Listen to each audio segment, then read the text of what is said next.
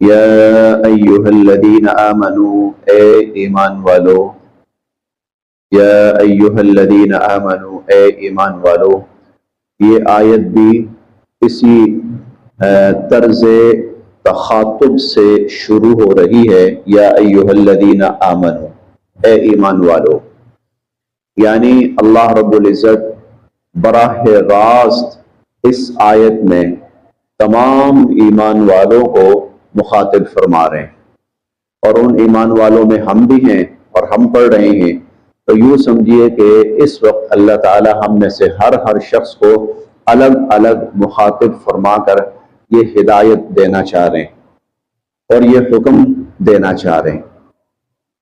یا ایھا الذین آمنوا اے ایمان والو، اذا جب ضربتم تم روانہ ہو، فی سبیل اللہ اللہ کی راہ میں، جب تم نکلو، جب تم چلو، جب تم روانہ ہو اللہ کی راہ میں۔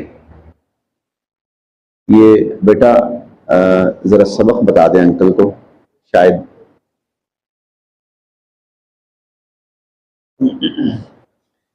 اذا ضربتم فی سبیل اللہ، جب تم اللہ کی راہ میں روانہ ہو، اللہ کی راہ میں نکلو چلو، فتبینوا تو حقیقت حال معلوم کر لیا کرو، تحقیق کر لیا کرو، حقیقت حال معلوم کر لیا کرو، ولا اور نہ، تقولوا کہو، ولا تقولوا اور نہ کہو، لمن اس شخص سے جو القا پیش کرے، الیکم تمہارے سامنے، السلام اپنا اسلام، جو شخص تمہارے سامنے اپنا اسلام پیش کرے تو اسے یہ نہ کہو لستا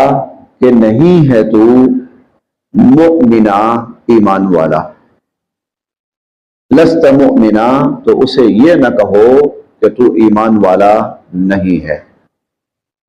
جو تمہارے سامنے اپنا اسلام پیش کرے تو اسے یہ نہ کہو کہ تو ایمان والا نہیں ہے۔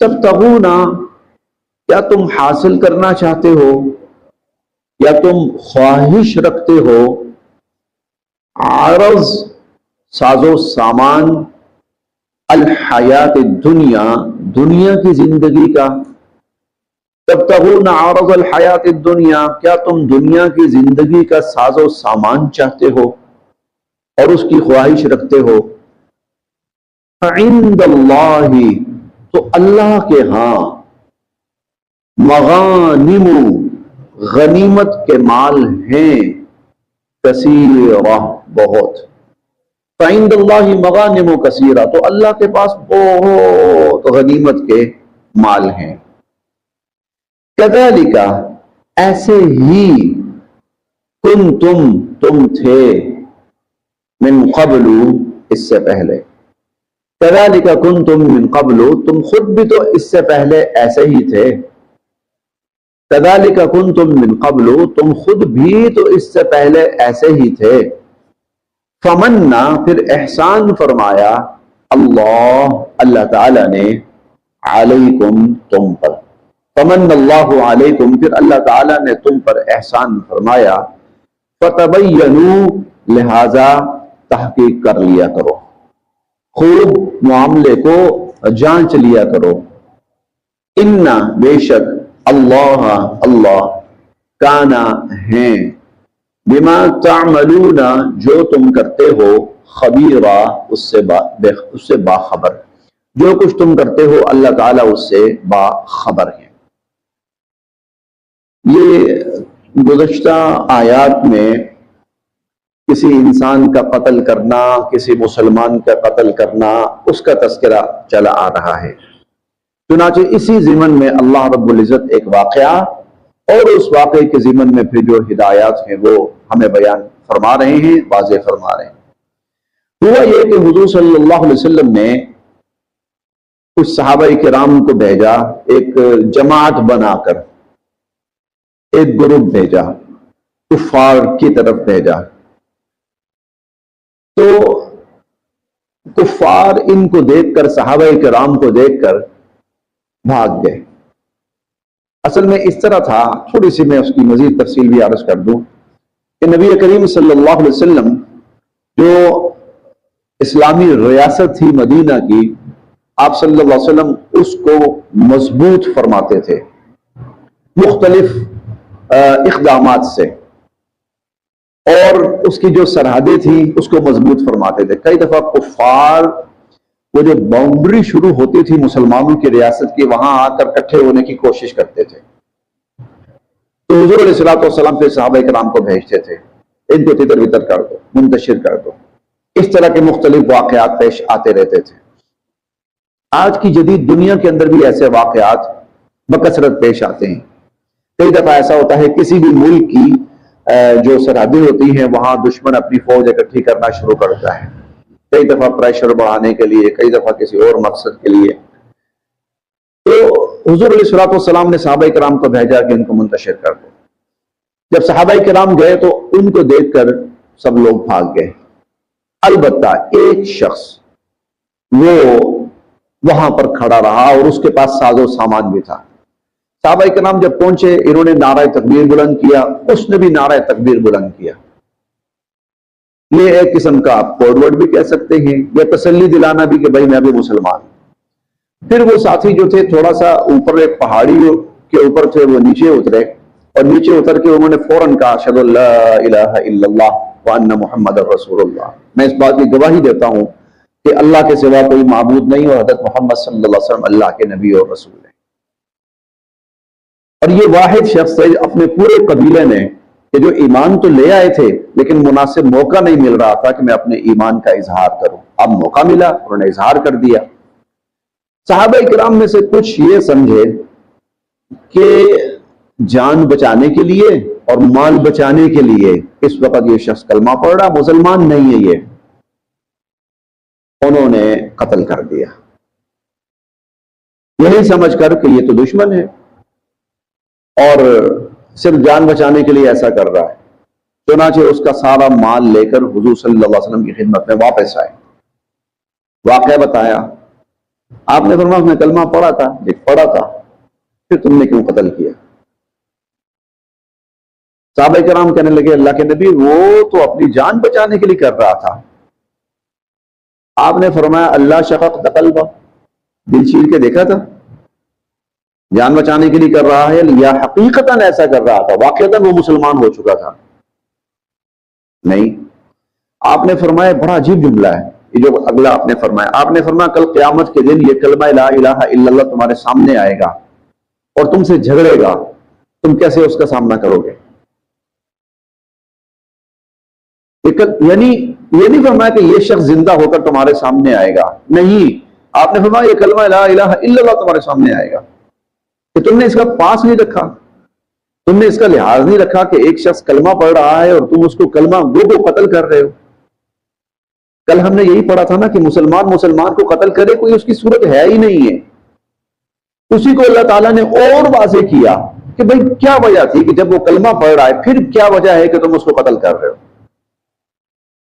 پھر اس کی یا تو وہ لڑائی کے لیے آیا ہو، اسلحہ اٹھایا ہو، اس نے مارنے کی کوشش کی ہو، تم نے اس کا مقابلہ کیا ہو، کچھ بھی نہیں ہے. پھر اللہ رب العزت نے یہ واقعہ بیان فرمایا اور واقعہ بیان فرما کر مسلمانوں کو ہمیشہ کے لیے نصیحت فرمائی کہ کسی مسلمان جو کلمہ گو ہو اس کی جان لینے کا کسی کو اختیار نہیں، جب تک کہ وہ کوئی ایسا عمل نہ کر دے کہ جس کی بنیاد پر اس کی جان لینا جائز ہو جائے.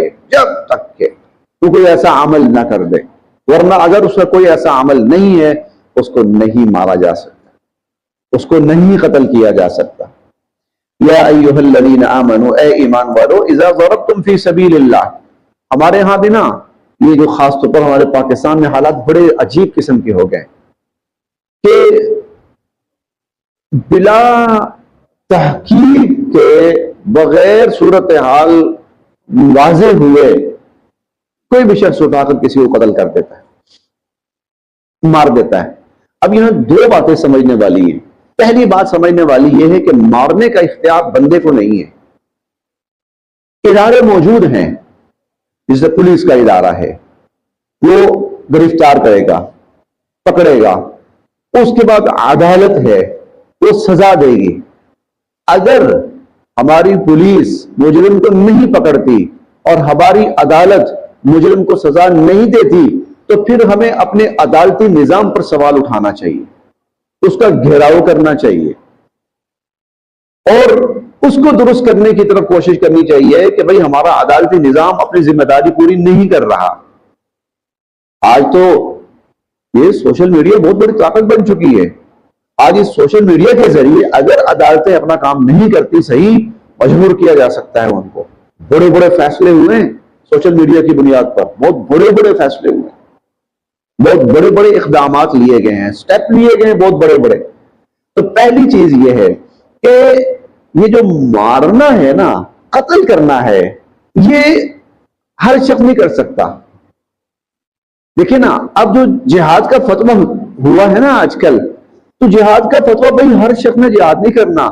جن لوگوں کا کام ہے لڑنا، جن کا وجود ہی اس لیے ہے کہ وہ لڑائی کریں، وہ دشمنوں سے لڑیں، وہ دشمنوں پہ حملہ کریں، وہ دشمن کو ختم کریں، جیسے پولیس ہے، جیسے فوج ہے، ان کا کام یہی ہے۔ جہاد کرنے کا مطلب یہ ہے کہ جنہوں نے لڑنا ہے وہ جہاد کریں۔ اب وقت آ گیا کہ وہ اٹھیں، وہ جہاد کریں، اب ان پر لازم ہو گیا ہے۔ اسی طرح یاد رکھیے ہر شخص کو یہ اختیار نہیں ہے وہ اٹھے اور فائرنگ کر کے کسی کو قتل کر دے، چاہے وہ ہجوم ہو چاہے وہ اکیلا فرد ہو۔ پہلی بات۔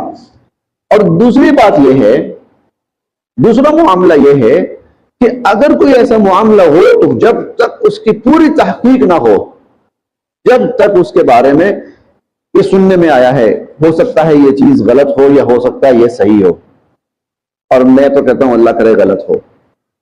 ابھی گزشتہ دنوں میں ایک بات سننے میں آئی ہے، کیونکہ سوشل میڈیا کے ذریعے اس لیے طرح تھوڑی سی اس کی تحقیق جو ہے وہ نہیں ہے پوری طور پر، کہ یہ جو بائیکاٹ چل رہا ہے نا، تو اس بائیکاٹ کے ضمن میں کہ ان اشیاء کا بائیکاٹ کرو، تو کسی ادارے کے اندر، شاید KFC کے اندر تھا، میکڈونلڈ کے اندر تھا، یا پتہ نہیں کس کے اندر، ایک ملازم، وہ پاکستانی اور مسلمان ہے، اس کو مار دیا۔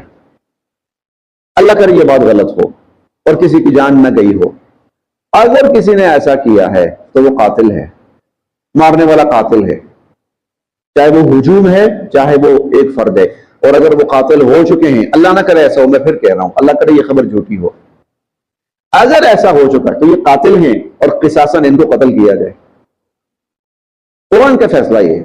اور وہ قتل کون کرے گا؟ میں نہیں کروں گا، آپ نہیں کریں گے، بلکہ پولیس اس کے بارے میں تحقیق کرے، پھر عدالت میں پیش کرے، اور اگر وہ قاتل ثابت ہوتے ہیں تو عدالت ان کو سزائے موت دے۔ اب یہاں پر ہم یہی کہہ سکتے ہیں سزائے موت یا عمر قید یا اس قسم کی اصطلاحات، اصلاً تو قصاص ہے نا، قصاص ہے، قتل کے بدلے قتل ہے، سولی پہ لٹکایا جائے ان کو۔ یا ایھا الذین آمنوا، اے ایمان والو، اذا ضربتم فی سبیل اللہ، جب تم اللہ کی راہ میں نکلو۔ بھائی میں بار بار کہتا ہوں یہ بات، انسانی جان بہت قیمتی ہے، بہت قیمتی ہے، اور مسلمان کی جان وہ تو کعبہ سے بھی قیمتی ہے اگر وہ بے گناہ ہے۔ اگر مسلمان بے گناہ ہے، بھلے سے اس سے چھوٹے موٹے گناہ ہوتے ہوں، بھلے سے میں کہہ رہا ہوں اس سے چھوٹے موٹے گناہ ہوتے ہوں، جیسے ہوتے رہتے ہیں ہم سے، غلطی کوتاہی چھوٹے موٹے قصور، بھلے سے گناہ ہوتے ہوں اس سے، پھر بھی بے قصور ہے، اس کا قتل کرنا کسی کے لیے جائز نہیں۔ اس کی جان کعبہ سے قیمتی ہے، اس کی جان پوری دنیا سے قیمتی ہے اگر وہ ایمان والا ہے، بہت قیمتی ہے۔ ہم نے پتہ نہیں کیوں انسان کو اتنا حقیر سمجھ لیا ہے، اور کیوں انسان کی جان کو، میں خبریں پڑھتا ہوں اخبارات کے اندر نا، اخبارات چلے، پرنٹ میڈیا جو ہوتا ہے نا وہ تھوڑا سا ویلڈ ہوتا ہے ذرا، اس کے بعد پھر کہیں قدرے مستند ہوتی ہے پرنٹ میڈیا جو ہے، تو اس میں جو واقعات سامنے آتے ہیں تو سمجھ نہیں آتی کہ ہمیں کیا ہو گیا اور ہم کیا کر رہے ہیں۔ تو دیکھیں اللہ تعالیٰ کل فرما رہے ہیں، ہم نے کل تو نہیں فرما رہے، ہم نے کل پڑھا ہے، اللہ تعالیٰ نے تو خیر بہت پہلے فرما دیا، ہم نے کل پڑھا ہے، جس نے کسی بے گناہ مسلمان کو جان بوجھ کر قتل کیا ہمیشہ جہنم میں رہے گا، اور اللہ کا غضب اس پہ نازل ہوتا رہے گا، اللہ کی لعنت اس پر برستی رہے گی، اور اللہ نے اس کے لیے بہت بڑا عذاب تیار کر رکھا ہے۔ اللہ تعالیٰ نے اس کے لیے بہت بڑا عذاب تیار کر رکھا ہے۔ معصوم بچوں کو مار دیا جاتا ہے، خواتین کو قتل کر دیا جاتا ہے، بس چھوٹی سی وجہ، چھوٹی سی ریزن، تھوڑے سے اپنے فائدے کے لیے۔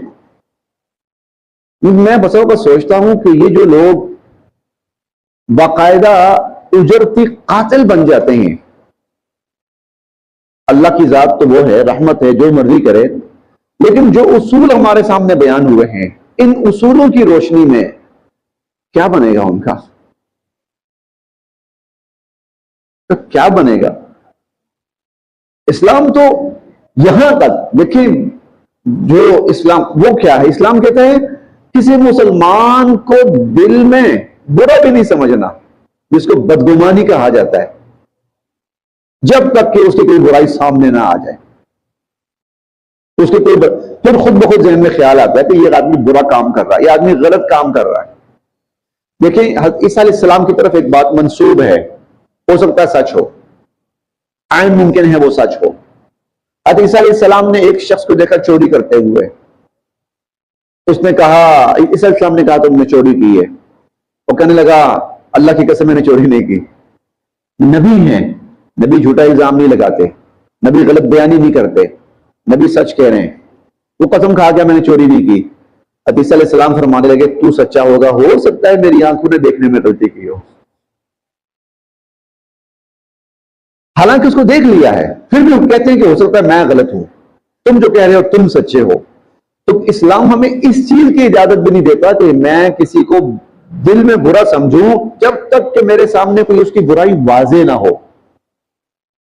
میرے سامنے میں کسی کو دیکھتا ہوں کہ وہ کسی کو گالیاں دے رہا ہے، میرے دل میں خیال آئے گا یہ بہت غلط کر رہا ہے، اس کو شرم نہیں آتی، بات ہے۔ ایک شخص کو میں دیکھتا ہوں وہ ٹھیک ہے، کوئی برائی اس کے میرے سامنے نہیں ہے، تو میرے لیے جائز ہی نہیں ہے کہ میں اپنے دل میں بھی اس کو برا سمجھوں، دل میں برا سمجھوں، بدگمانی دل میں برا سمجھوں۔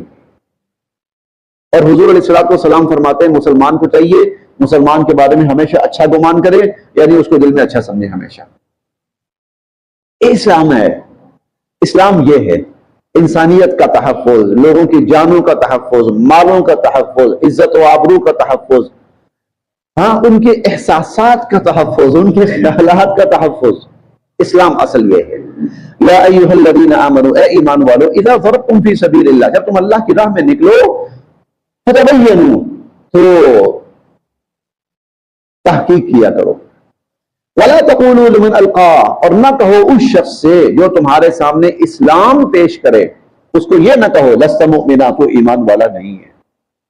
تَبْتَغُونَ عَرَضَ الْحَيَاةِ الدُّنْيَا، کیا تم دنیا کا تھوڑا سا ساز و سامان چاہتے ہو؟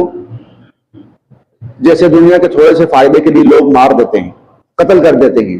تَبْتَغُونَ عَرَضَ الْحَيَاةِ الدُّنْيَا، کیا تم دنیا کی زندگی کا ساز و سامان چاہتے ہو؟ فَإِنَّ اللَّهِ مَغَانِمُ كَثِيرَةٌ، اللہ کے پاس تو بہت غنیمت کے مال ہیں۔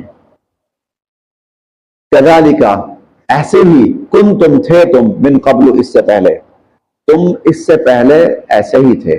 مطلب اپنی مکی زندگی دیکھو نا، اپنا اسلام چھپاتے پھرتے تھے، ایسے ہی تھا نا، بہت سے لوگ اپنے اسلام چھپائے ہوئے تھے اپنی مکی زندگی میں۔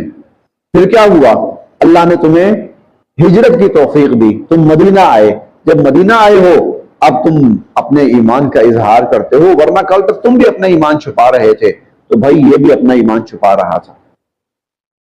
فَتَبَيَّنُوا، لہذا خوب تحقیق کیا کرو، ان اللہ کان بما تعملون خبیرا، جو کچھ تم کرتے ہو اللہ پاک اس سے باخبر ہیں۔ پھر حضور صلی اللہ علیہ وسلم نے جتنا سامان تھا جو صحابہ اس سے لے کر آئے تھے، آپ نے وہ سارے کا سارا سامان واپس لوٹایا، واپس بھجوایا، اور بلکہ پھر حضور علیہ الصلوۃ والسلام نے اس کا خون بہا ادا فرمایا۔ قتل خطان ہو گیا ہے یہ والا، تو خون بہا اس کا حضور علیہ الصلوۃ والسلام نے ادا فرمایا۔ لا یستوی، نہیں برابر ہو سکتے، لا یستوی، نہیں برابر ہو سکتے، القاعدون، گھروں میں بیٹھنے والے، قاعدون، گھروں میں بیٹھنے والے، من المؤمنین، ایمان والے، گھروں میں بیٹھنے والے ایمان والے برابر نہیں ہو سکتے، غیر اولی الضرر، غیر اولی الضرر، اور بغیر کسی عذر کے، انہیں ضرر بھی کوئی نہیں، یعنی عذر بھی کوئی نہیں، بغیر کسی عذر گھروں میں بیٹھنے والے مومن برابر نہیں ہو سکتے، کس کے؟ والمجاہدون، جہاد کرنے والوں کے، فی سبیل اللہ، اللہ کی راہ میں، باموالہم، اپنے مالوں کے ساتھ، وانفسہم، اور اپنی جانوں کے ساتھ۔ جو ایمان والے یعنی وہ بھی ایمان والے ہیں لیکن وہ جہاد پر نہیں گئے بلکہ وہ اپنی معمول کی زندگی میں ہیں، اور دوسرے وہ ایمان والے جو جہاد پر گئے ہوئے ہیں، جان و مال سے جہاد کر رہے ہیں، یہ اپنی معمول کی زندگی میں رہنے والے ان کے برابر نہیں ہو سکتے، مجاہدین کے برابر نہیں ہو سکتے، قائدین جو جہاد کرنے نہیں گئے اور مجاہدین جو جہاد کرنے گئے ہیں، تو قائدین مجاہدین کے برابر نہیں ہو سکتے۔ فضلا، بڑا مرتبہ بڑھا دیا ہے، بہت درجہ بڑھا دیا ہے، بہت فضیلت دی ہے اللہ نے المجاہدین، مجاہدین کو جو جہاد کرنے والے ہیں، باموالہم، اپنے مالوں کے ساتھ، وانفسہم، اور اپنی جانوں کے ساتھ، جو اپنی جانوں اور اپنے مالوں کے ساتھ جہاد کرنے والے ہیں، بڑھا دیا ہے اللہ رب العزت نے ان کا علی القاعدین، قاعدین پر، درجہ، مرتبہ، مجاہدین کا درجہ اللہ نے قاعدین پر بڑھا دیا ہے، اللہ نے مجاہدین کو قاعدین پر فضیلت دی ہے۔ وَكُلًّا، لیکن سب کے سب، یعنی مجاہدین ہو یا قاعدین ہو، وَكُلًّا، اور سب کے سب، وعد اللہ، اللہ کا وعدہ ہے ان سے، الحسنى، جنت کا، الحسنى، جنت کا، لیکن سب کے سب سے اللہ کا بھلائی کا، جنت کا وعدہ ہے۔ وفضل اللہ، اور فضیلت دی اللہ نے، المجاہدین، مجاہدین کو، علی القاعدین، قاعدین پر، اجرا عظیما، بہت بڑے اجر کی صورت میں۔ صحابہ کرام کے دو طبقات بیان فرمائے، ایک وہ طبقات ہیں جو جہاد کے لیے گئے ہوئے ہیں، اور ایک وہ طبقات ہیں جو جہاد کے لیے نہیں گئے۔ تو اللہ تعالیٰ نے یہاں فرمایا کہ جو جہاد کے لیے گئے ہیں ان کا درجہ بڑا ہے، ان کو اللہ نے فضیلت دی ہے، ان کا مرتبہ اللہ نے بڑھایا ہے ان پر جو جہاد پر نہیں گئے۔ لیکن جو جہاد پر گئے ہیں، وہ جو جہاد پر نہیں گئے، وہ اللہ کے ہاں ہیں سب ایمان والے، اسی لیے لفظ دونوں کے لیے مؤمنین آیا ہے، ہیں دونوں ایمان والے ہیں، تو بَكُلًّا وَعَدَ اللَّهُ الْحُسْنَى، سب کے ساتھ اللہ کا وعدہ جنت کا ہے۔ ہاں، وفضل اللہ المجاہدین علی القاعدین اجرا عظیما، اللہ تعالیٰ نے جو مجاہدین ہیں ان کا درجہ بہرحال بڑھایا ہے اور ان کے لیے بہت بڑا اجر عظیم تیار کر رکھا ہے۔ درجات، اور اللہ کے ہاں، درجات منہ، اللہ کے ہاں درجات ہیں، سب کے اپنے اپنے درجات ہیں۔ ومغفرہ، اور بخشش ہے، ورحمہ، اور رحمت ہے۔ اللہ کے ہاں جو جتنی کوشش کرے گا اس کا درجہ اللہ کے ہاں اتنا بلند ہوگا۔ درجات منہ، اللہ کے ہاں بڑے درجے ہیں، اور بخشش ہے اور رحمت ہے۔ وکان اللہ غفور الرحیم، اور اللہ تعالیٰ بخشنے والے ہیں، رحم فرمانے والے ہیں۔ بس جی ہاں۔